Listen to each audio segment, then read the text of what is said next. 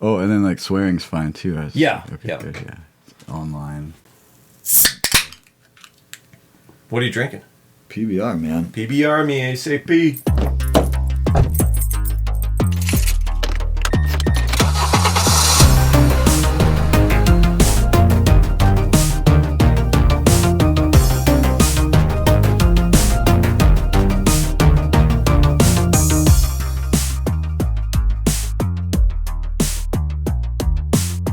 Okay, cool. Yeah. Hey, my name's Steve Wolff. I'm a professional painter and semi-professional musician, currently in the Artificial AIs and Ling, and have been in the Systems Victims, Fuck Troop, and a bunch of other bands.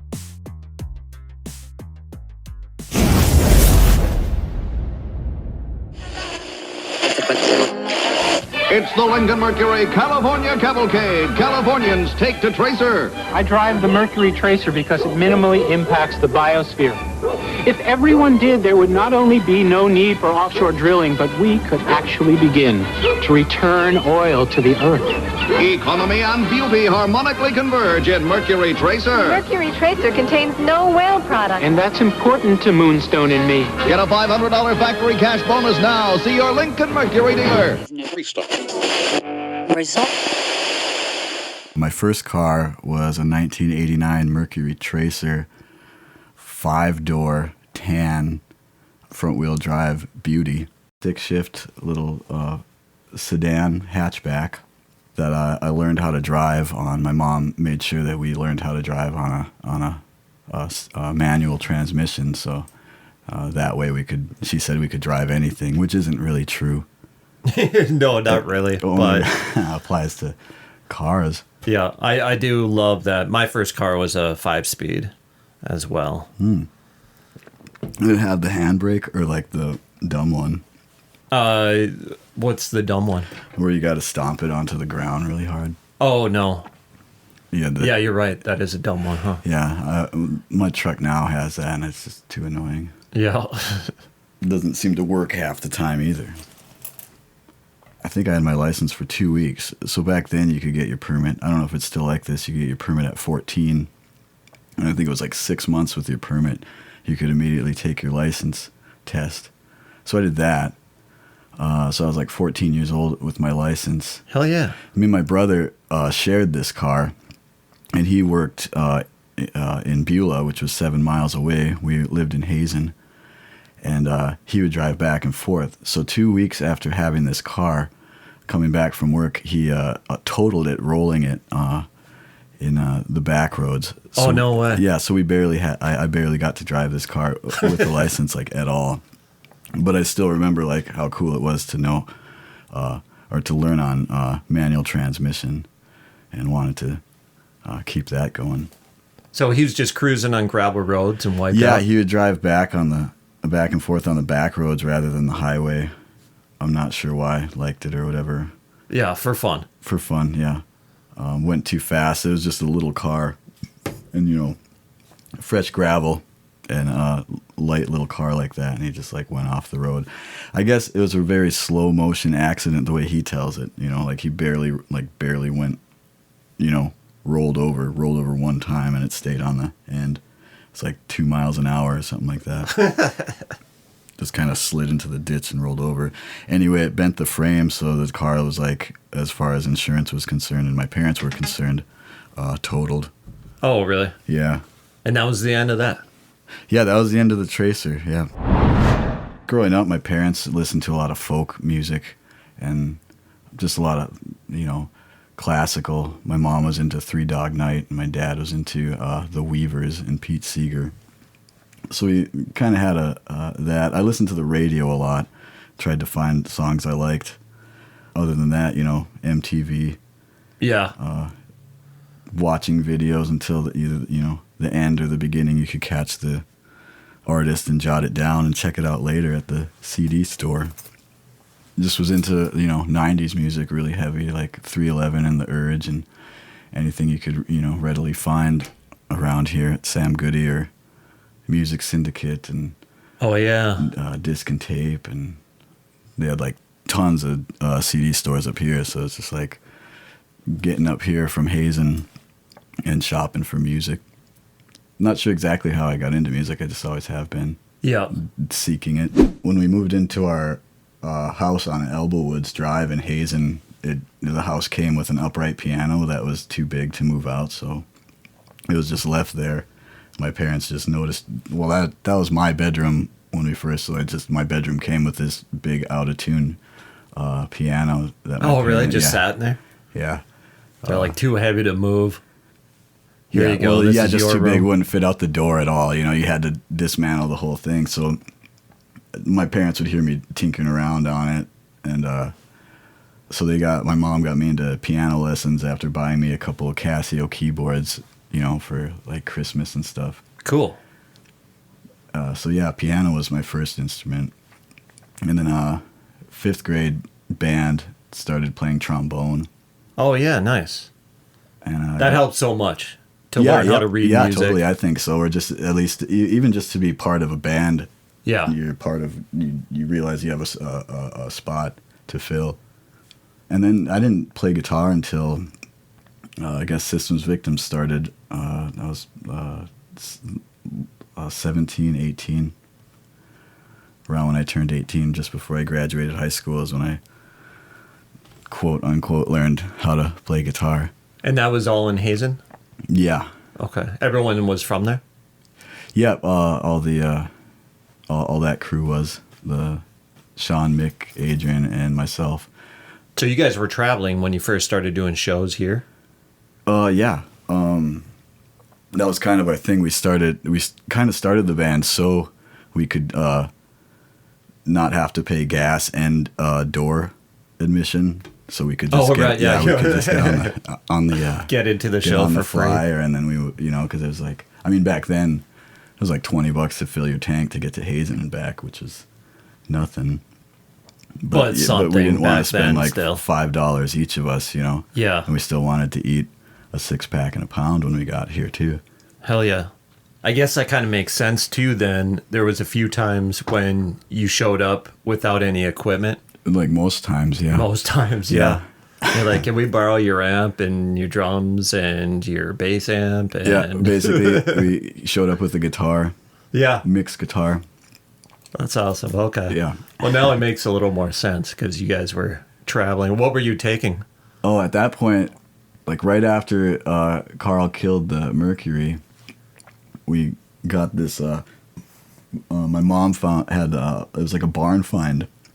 It was a 1979 Buick Skylark with like something like 20,000 miles on it. So it's like this huge boat that we could load up with some equipment, but we just mostly loaded it with people. And then, borrowed the equipment. Yeah, that worked out. I was always a little jealous because I had to carry my shit to the show. Well, that was definitely, we felt that as the Systems Victims. Oh, it's these guys again. Like, we'd have to like spread out. Sean would go and find the bass player, one of the bass players to one of the bands. Find the guitar player. We'd have to find. Get the drums were always the hardest because no one wants to borrow their drums out ever. Oh yeah. Mm-hmm. Drummers are super picky about lending out there. I get it, but yeah, I mean, eventually we started bringing cymbals and snares. Yeah, right.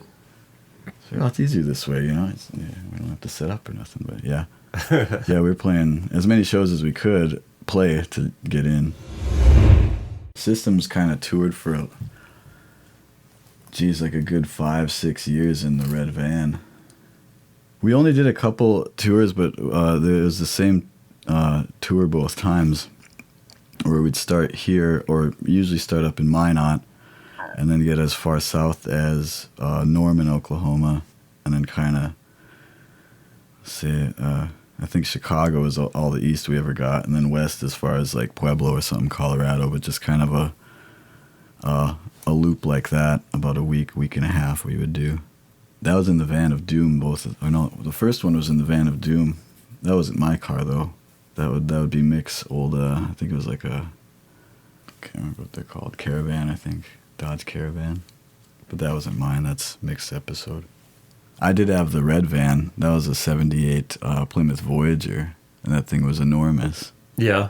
Systems Victims and Spirit Lies Broken, one of BJ's bands. Oh, yeah, yeah. BJ Moore, Dakota Irwin, Keith Price. Their band was like a hardcore band that we'd tour with them a lot. We'd go out to like Billings and Pier. We played Pier a lot with them guys. Traveling together, separate? Together and separate. One time we put a loft in the back of the red van, and we had both bands running that. That was a disaster. Yeah. Yeah, it was like one of those satellite tours where you kind of, I don't want to throw BJ under the bus. Do it. But he organized this tour where we kind of just camped out in Bismarck primarily, but would just hit these long distance dates and just starve and sweat in one giant van. One time we went all the way to Omaha and back with no show. Like we showed up there and the dates, they had their like Mays and their marches mixed up, and like no one talked to anybody. So we No way. Yeah, we were there like, oh man, it was horrible. Yeah, that's a long drive for nothing. Yeah, horribly long drive all night, like basically all night there and then all night back. I was up for like 2.5 to 8 days straight probably. So you just said fuck it, turned around and left? Yeah, there's no way, like there was no show after that besides going back to Bismarck, and I think Davenport, Iowa was the next show after we went back to Bismarck, but that was the last show of the tour as far as I was concerned. I think Spirit Lies Broken continued for that one, but not me. Yeah, no, I don't miss doing any of that. Sweating in a van. Yeah, sleeping on floors. I kind of do once in a while. I want to get back out there. It would go like to Fuck Troop then. Systems. Well, Systems never technically has broken up, I don't think. Like I said, they're all, everyone's pretty much related in the band in one form or another, being just knowing each other forever and whatever. So who knows? So you'll probably play again sometime. Who knows? Yeah, we'll that'd have be dope. To see. I'd really like it, but I don't know about touring, but it'd be cool to maybe get some of the stuff we never got a chance to recorded as. I still have that too, yeah. When Vex broke up, we had probably a couple albums worth of music we never recorded. Yeah, and you can't really use that in another band because it's really not, it wasn't written for that, but you could like cover it technically. Yeah. It's just like a weird backstory to the song. I don't know. Yeah, I'm really hoping we can get together and record. Someday, right? Someday. One day. It could be. Yeah, when you guys started Fuck Troop, I was doing a few flyers then, having you guys on a lot of the bills, and as crass as I can be, I didn't want to put fuck on a flyer. That was kind of the point of it too. We were thinking of like just me, like 25-year-old brain or whatever. Oh, what I want to be offensive. I want to see how people put this on a flyer. Yeah, I think we were like Flower Troop on one. That was probably my favorite one. Flower Troop. Yeah, or just F Troop mostly, which was the point of it. It's. Yeah, so it wasn't until later I was putting F Troop on there, and then I realized way later that it was a 60s TV show. Yeah, really great comedy. I'd never seen it. Oh man, so good. That was the best. Yeah. My dad used to watch that all the time. And we used to watch that on Nick at Night back when Nick at Night was a thing. Oh, funny. Oh yeah, it was really funny. But yeah, I was putting up flyers at schools and library, and yeah, they obviously would have taken them down had I done that. So right, I figured, and I hate censoring shit, but when it comes to that, I'm trying to get bodies in the place, So I got to do the advertising. I know, and I've just always just been contentious. It's my way. It could have been Diarrhea Dogs was the other name we were going with. Or, what was it? Donkey Kong Cunt. Donkey Kong Cunt. Yeah. Were you spelling cunt with a C or a K, do you think? Well, it has whether we were going to spell it like C-O-U-N-T or just C-U-N-T. Yeah, but Fuck Troop won out over all the other band names that time.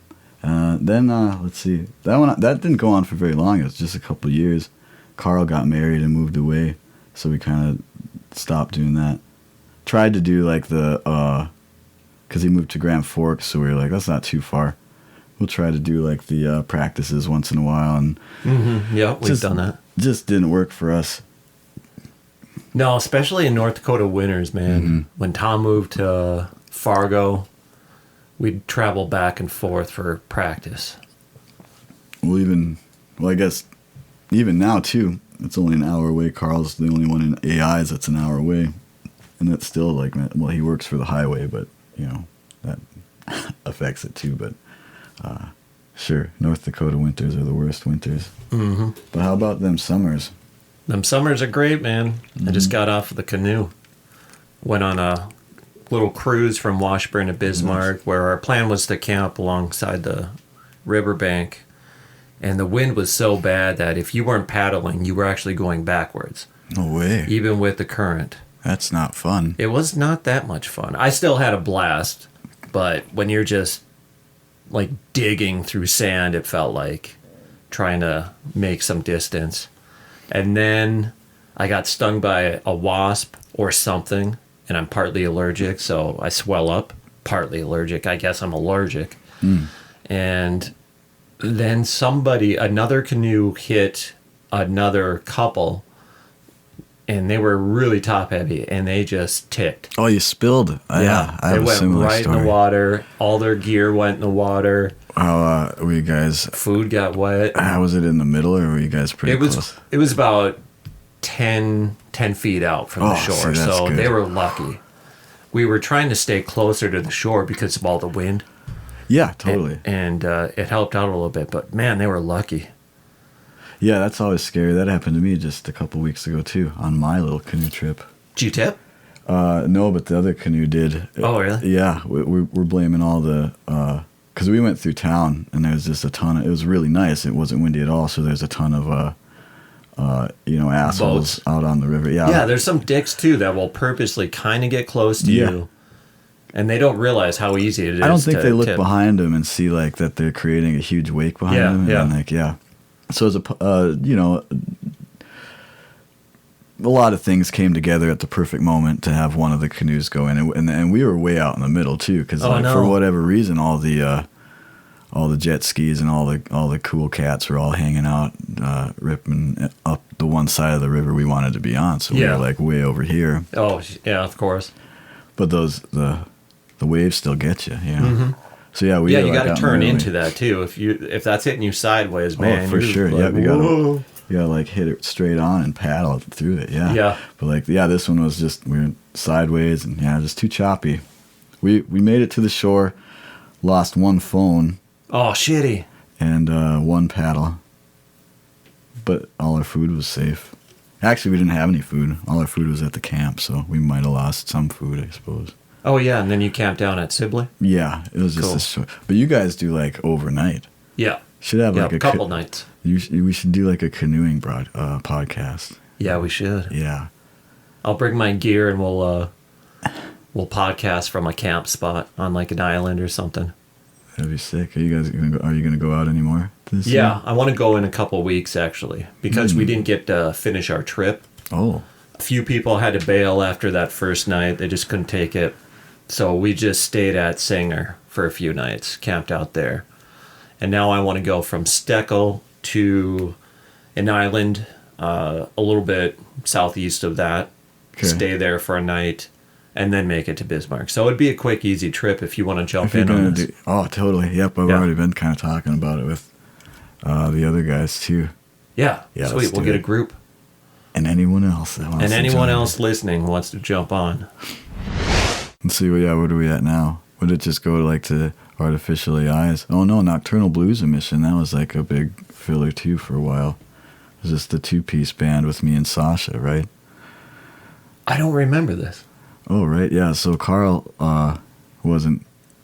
So it's basically Fuck Troop without Carl, and then me learning how to use my left hand playing piano so without any bass, you know? So, yeah, we had a couple albums, full albums that we recorded with John from Banger 18 Studios. The second one's pretty dang good. Nice. Yeah. But yeah, we did that for a good, 6, 7 years, maybe. Like we played five or six of the Why Not Fests when that was going on. But just mostly, yeah, just here in Minot is all I think we ever played. Early on with Systems, we recorded a lot with Dakota and Jim. Dakota, first off, back in the Partial Motor Inn, way back in the day, and then up in Minot was like some of the later Systems stuff. What did he call that? The Morgue was the studio, I think he called it.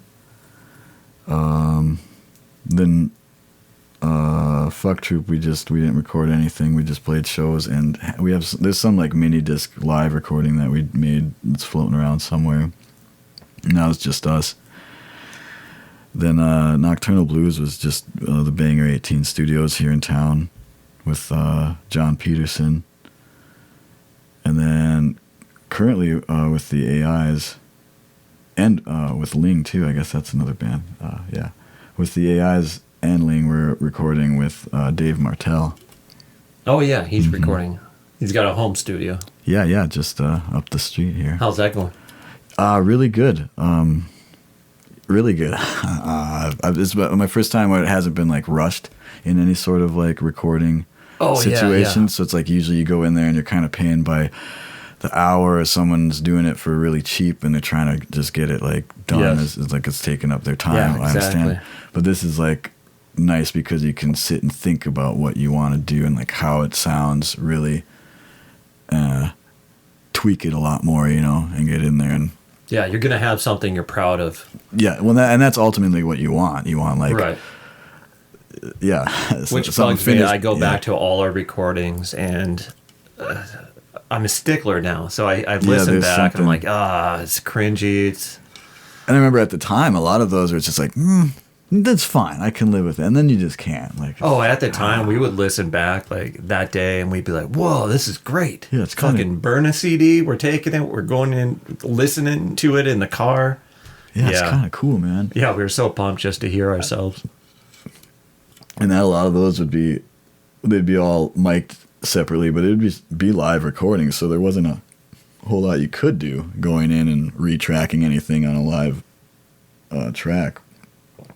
Or that wouldn't take forever. Yeah, Yeah.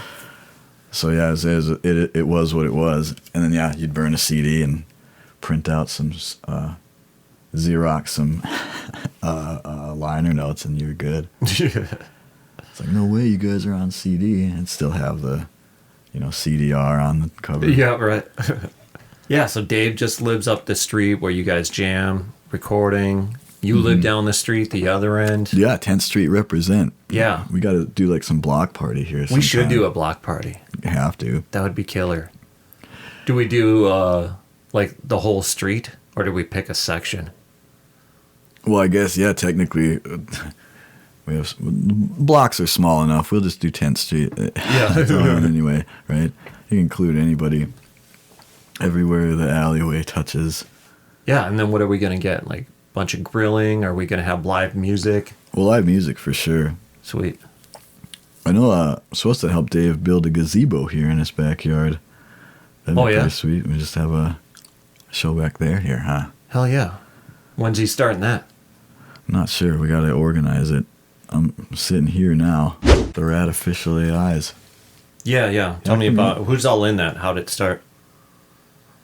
Well, that was basically Carl moving back around this area too. When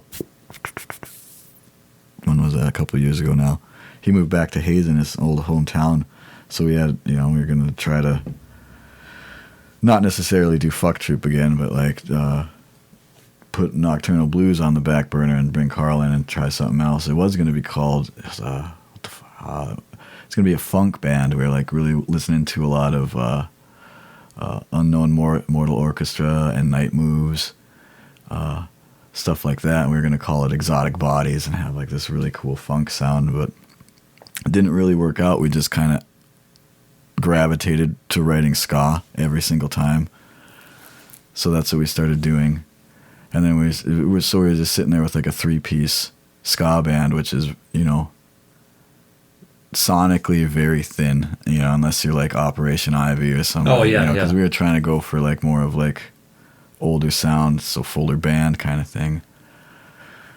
I did a few like online advertisements trying to build the band up. Went through a couple saxophone players or a saxophone player. Played a couple shows, I think 2 shows as a 3-piece. Like gave up on looking for other members and were like, whatever, let's play shows.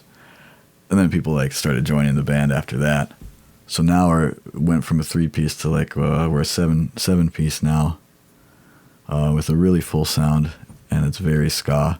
7-piece. Yeah, Oh, yeah. Yeah, it's the biggest band I've ever been in. Which it's really hard to get people together. We almost need some sort of HR, some representative to just tell everyone's bosses to, you know, he's got practice today. Yeah. You know, sorry. Do you have a set night, or is it continuously like whenever you can all it's meet kinda, up? Well, I mean, it's once a week now. Summer kind of throws it off. Yeah. Winter always throws it off, but summer throws it off because everyone's like, because usually it's on weekends somehow, and everyone's got something to do on the weekends, going out of town or something. So yeah, it's just to get everyone there, but it's working out here. Mostly right now we're just in the studio trying to get this done, so there's a lot less practicing going on, so it's not really necessary, I guess, to have everybody all together. Having said that, I'd like to get everybody together. It's been way too long of just recording. I saw you guys a little while back at the record store. That event, I forgot what it was called. Is that just like Record Store Day? Yeah, I guess it was. The day of the record store at the record store, yeah, that sounds right. And the saxophone guy was playing 2 saxes. Oh, Patrick, yeah, he plays the sax of 2. What the fuck? I was nudging the guy next to me. I'm like, you see this shit? Yeah, he's full of tricks. Yeah, sometimes we were at the Blue Rider one time, and he just like hopped up on the table and started like wailing souls right up there, you know, like crazy. Do you ever pop the top? Not yet that I've seen. He's got to do that. Ever since I saw Lost Boys, remember that scene where that sax? It's like it's loving it. I mean, But he is super ripped, so of course you got to pop the top then, or just flex and it shreds off. Yeah, I mean, you could. I think you should. Yeah, you should. I agree. Well, that's yet another trick, Patrick. You guys have shows lined up, or is it just trying to get through the recording? We have a couple actually. September 5th at Rhythm Records, and then October 3rd at the Blue Rider in Minot. Okay. So those are the 2. I think those are the only 2 on the docket right now, but they're coming up fast. What are your socials? You guys have an online presence? Well, I don't know. Like I said, I'm not tech savvy, but I do the Bandcamp. You can check that out. I don't keep it really updated with shows too much, but you can download some of our music. And that's some of the recordings with Dave? Yeah, there's like a kind of a scratch track of one of the songs that's going to be on this album we're doing. And then I'm trying to get we have a live album out that we recorded 2 years ago during Rhythm Records shows, and there's a Sertoma Park show on there or whatever. That's out, but I'm trying to get that up online too, the full thing. Yeah. Yeah, right on. All right, before we close out, did we skip over anything you wanted to get across? I don't know. I'm not sure. Okay.